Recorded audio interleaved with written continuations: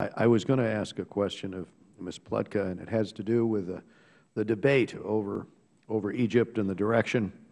And one observer made an observation this week that Western analysts continue to misread Morsi, imagining that his primary political challenge is to improve the Egyptian standard of living. Not so.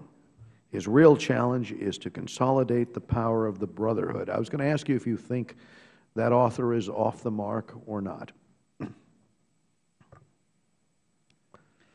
It's probably at the center of the debate that's going on in Washington right now about the nature of the Morsi leadership, the intentions of the Muslim Brotherhood. We can endlessly parse the differences. There are great generational differences inside the Muslim Brotherhood. It's not a monolith. Like any political party, is not a monolith. And so I imagine that there are those within the Muslim Brotherhood who seek only to consolidate its power, and there are others who actually seek to retain power. If Egypt is going to remain a democracy, then the President of Egypt, whether he's from the Muslim Brotherhood or anything else, is going to have to respond to the dire economic needs of the Egyptian people. The Egyptian economy is in a very bad place. And although Rob talked about the amounts being very small, I sat down and looked at what they were. $1.55 billion in U.S. aid, $1.3 billion for the military, $250 in economic assistance, $1 billion more in debt relief from the U.S. taxpayer, and $4.8 billion in promised IMF support. We should think of those numbers as important to the Egyptians, and they give us a lot of leverage. You would think that, but I'll tell you what gave me pause, and why when I read that piece in the Journal last week, I was thinking about this.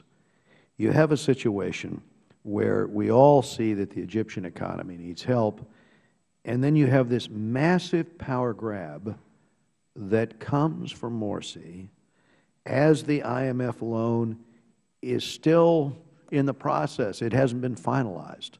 And what struck me about the timing of it was as though the power grab was more important than the economic, resurgence of Egypt. Well, wait a minute. Look at it from his perspective. Yes. We have conditions on our assistance that suggest that in the event of such a power grab, yes, in other words, that democracy is not proceeding apace, no protections for minorities, for Christians, for women, etc., that our aid will not go forward. But it has. Also, I didn't hear much of a peep from the IMF suggesting that that power grab was going to interfere with Egypt receiving that aid.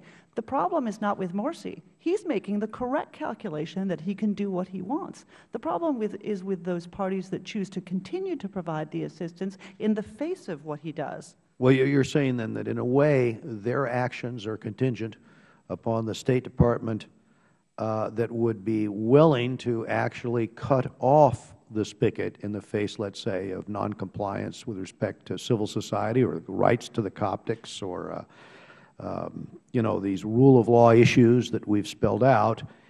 And given the fact that this has been ignored by the administration, ignored by the State Department, he's actually correctly reading our lack of desire to really try to enforce the conditionality, and as a consequence, simply shrugging and saying, well, I'll do the power grab in the middle of this based upon what I've seen so far. So you would argue that if we would apply the conditions that we have made in terms of aid, we might be able to see better compliance with respect to these rule of law issues and respect for minority rights in Egypt.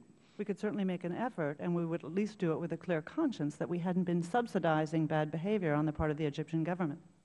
There was another issue I wanted to bring up, and I'm going to ask Mr. Abrams.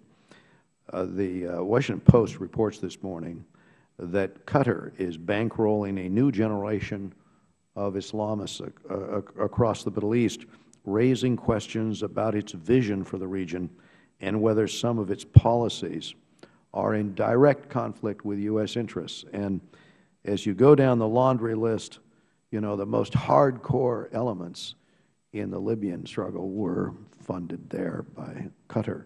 They assisted the Shahab. There's a report this morning that shoulder-fired missiles appearing in Syria are complements of their funding. And then, of course, you've got the visit of the Emir to Gaza last month, pledging hundreds of millions in aid. So I would just ask you about your read on Qatar here. We're almost out of time, but I think that story was accurate, and I think the Qataris are relying on us to protect them from Iran, but then in the Sunni Arab world are engaging in support of Islamist elements that are really against the interests of the United States and continuing to use Al Jazeera in ways that harm the interests of the United States. Thank you, Elliot.